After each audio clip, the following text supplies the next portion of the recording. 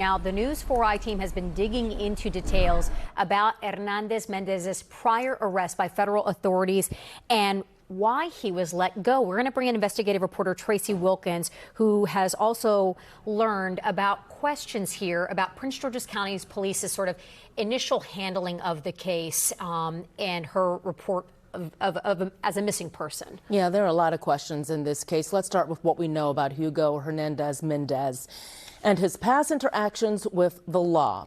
An ICE official tells us he is from Guatemala and entered the country at an unknown date.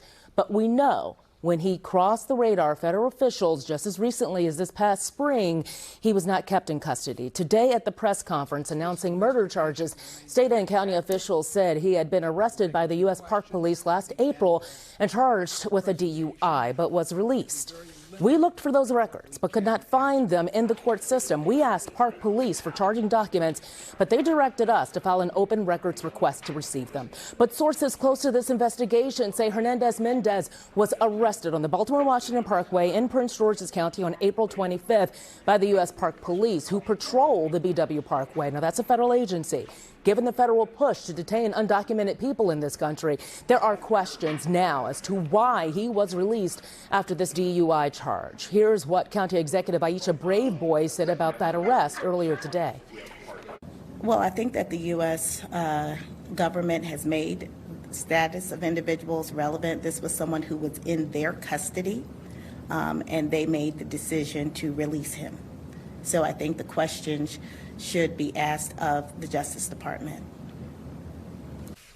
Now, we reached out to the DOJ and also Maryland U.S. Attorney's Office for clarification on why Hernandez was not held, since ICE tells us he was undocumented. But they told us they have no comment on this case. ICE issued a detainer for Hernandez-Mendez yesterday as this murder investigation was unfolding. This case has taken a devastating turn. There are also questions about how it all started. Prince George's County Police have said that once they were notified about the case, they began investigating areas where Thompson was last seen. They produced a flyer that was distributed. But initially, the department did not reach out to news outlets or publish Thompson's picture on their blog or their X account. I've spoken with Prince George's County Police about why, and it was explained to me that because Thompson was a healthy adult, her case was not considered critical. When we asked the chief about that today, here's what's his response.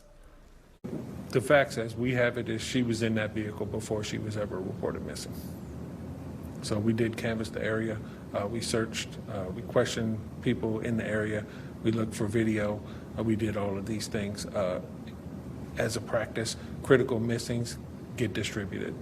But the family did a lot of hard work and they distributed information and you all covered that. So the information was out and the community had it.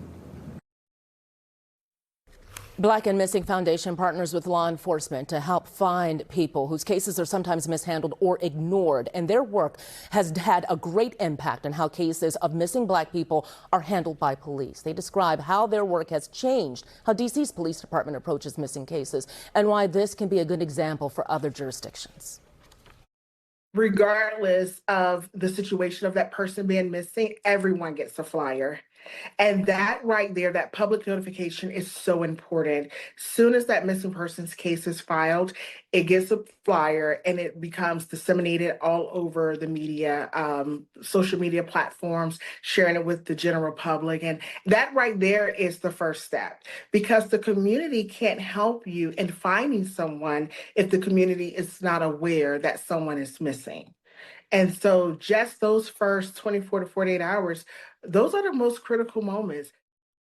Again, Prince George's County Police say they did distribute flyers and investigate, although in terms of social media and media outreach, this was initially more of a grassroots effort, large part because of her age. But this gives everyone an opportunity to learn a little bit more about how these decisions are made. You heard what Black and Missing had to say about it.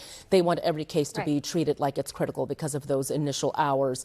But, you know, as you heard from the chief there are a lot of questions in terms of timing on whether that would have made a difference with when she was reported missing. Hours exactly. You know, but it's just a very heartbreaking case. And then there were a number of African-American women who came up missing. We had 3 at the same time time from around the same area, and there was a lot on social media of people making assumptions about what had happened and what was going on in this case.